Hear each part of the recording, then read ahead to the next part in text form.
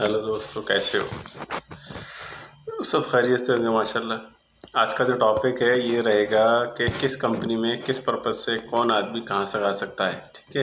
हिंदुस्तान में ज़्यादातर लोग मिडिल क्लास पढ़े हुए, मीडियम क्लास के। ठीक है।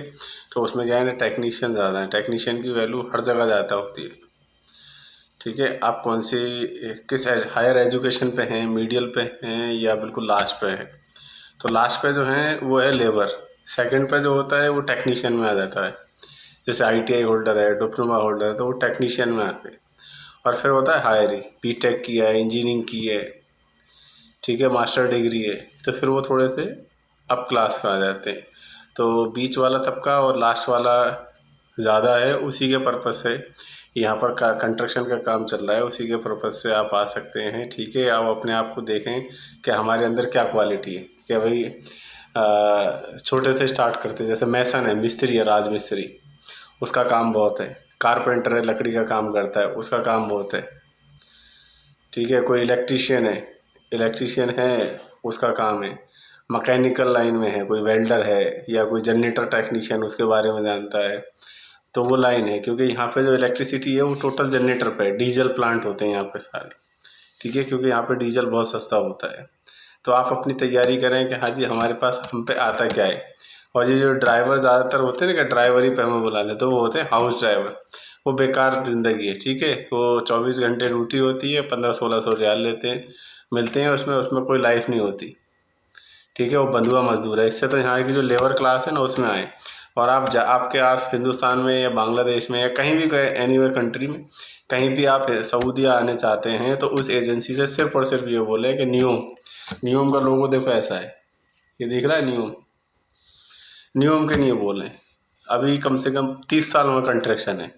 तो आपको अच्छी सैलरी है, अच्छे पैकेज है, रिहाइश अच्छी है, सब कुछ अच्छा है। तो आप किसी भी कंपनी में आए, XYZ। क्योंकि न्यूम पे डायरेक्ट तो बहुत मुश्किल है, वो हायर को लेती है, वो सप्लाई के बंदे लेती है, कंपनी से लेती है। जैसे मेंटेनेंस के नहीं हो गए, कंस्ट्रक्शन के नहीं हो गए, लेबर हो गई। तो अभी क्या है ना, अभी 5 साल 4-5 साल तक अभी लेबर ही इकट्ठे करे, कैंप बनने हैं, लेबर लाई जा रही है। ठीक है। तो कोई भी एजेंसी में जाएँ, XYZ, आप अपनी यो क्या, मुझे नियम को नहीं जाना है, क्योंकि और कहीं काम नहीं है, कंस्ट्रक्शन नहीं है कितना ही बड़ा, दम्माम हो गया, रियाद है, जद्दा है, वहाँ एक लिमिटेड काम है। लेकिन यहाँ क्या है ना, यहाँ बहुत लंबा काम है। आप एक बार नियम में सेट हो गए तो 2-4-5 साल निकाल जाओगे आराम से। और यहाँ जब भी आए तो कम से कम मिनिमम 5 साल के नहीं आए, तो आपका कुछ बैलेंस बनेगा। क्योंकि बहुत सारी जगह ऐसी है कि एजेंट ज़्यादा पैसे ले लेते हैं, तो पता लगा शुरू की 1 साल तो बेचारे की उसकी उसी में चली गई। और वो आया 2 साल का टारगेट, तो 1 साल में और बना के गया, घर पहुंचा, कुछ बजट लेके, वहाँ जाके देखा तो 2-3 महीना बैठा, वो ज़ीरो हो गया, तो कोई फ़ायदा नहीं। तो इसलिए वो कम से कम 5 साल के नहीं आए। ठीक है, समझ गए? नहीं समझे तो मैं समझा देता हूँ। अपना पासपोर्ट बनवाएं। फिर आप किस लाइन से हैं? आप इलेक्ट्रीशियन हैं तो मिनिमम 10th रखें, उसके बाद एक डिप्लोमा ITI का बनाएं, या हो तो ज़्यादा बेहतर है। फिर जाकर एक CV अच्छा सा बनाएं और एजेंसी में दें। फिर वहाँ जाके आप अपना इंटरव्यू कराएं डायरेक्ट, इंशाल्लाह अच्छे पैकेज में अच्छा सिलेक्शन होगा। और यहाँ बहुत अच्छा कंट्रैक्शन है, OT माशाल्लाह का परमानेंट मिलती है। तो तकरीबन इंडिया के स्टार्टअप में एक टेक्नीशियन 30 से 35 हज़ार, मिनिमम 35 हज़ार रुपये आराम से भेज देगा खा पी के, स्टार्ट में विदाउट OT के। अगर ओवर टाइम मिल जाता तो फिर अच्छे खासे भेज सकता। ठीक है। यहाँ लेबर क्लास के भी अच्छे हैं। फिर भी लेबर, अगर लेबर में भी आएगा ना, वो बिल्कुल वो होते हैं चौक वाले लेबर, गारा मिट्टी फेंकने वाले जो होते हैं, सिविल के कंस्ट्रक्शन वाले, उनकी भी अच्छी खासी है। लेकिन टेक्नीशियन की ज़्यादा होती है मेंटेनेंस। ठीक है। तो आप ये मैसेज ना करें कि हमें लगवा दें, लगवा कोई नहीं सकता, क्योंकि बहुत बड़ा प्रोजेक्ट है। मैं सिर्फ लाइन बता सकता हूँ कि ज़रूरत क्या क्या लगेगी, कहाँ है रास्ता। जैसे दिल्ली के आसपास है तो स्टार ट्रैवल है ओखला के अंदर, वहाँ चले जाएँ। वहाँ बहुत सारे वीज़े फेंचे हुए नियम के लिए।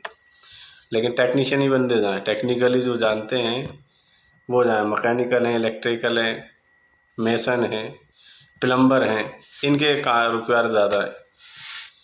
ठीक है। क्योंकि लाइट का होता है तो यहाँ जनरेटर को ज़्यादा चलते, और यहाँ जो है प्लम्बर का हो जाता है, यहाँ STP होती है ज़्यादातर, STP प्लांट ज़्यादा होते हैं, तो उसके लिए होते हैं। यहाँ पोर्टेबल पोर्टा केबिन बनते हैं, लेबर कैंप जितने भी हैं पोर्टेबल बनी हुई हैं सारे, तो उसमें सारा यही काम है।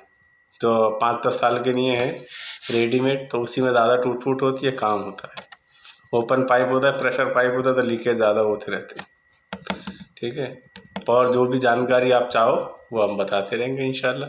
तो तरतीब यही है, CV अच्छा बनाएं, डॉक्यूमेंट्स बनाएं, अपने क्वालिटी चेक करें, मुझ में क्या आता है उसी के हिसाब से फेस करें इंटरव्यू, और अच्छी पैकेज मिलता है इंशाल्लाह। और यहाँ आने के बाद कंपनी अच्छी होती है, रिहाइश वो ज़माने चले गए पुराने वाले, रिहाइश अच्छी होती है, कहीं कहीं खाना होता है, वरना खाने के सारे इंतज़ाम होते हैं। ठीक है, ड्यूटी टाइमली होती है, कोई लॉन्ग लॉन्ग रूट का वो नहीं होता ट्रैवल, क्या 2 घंटे जाना है 2 घंटे आना है, ऐसा कुछ नहीं।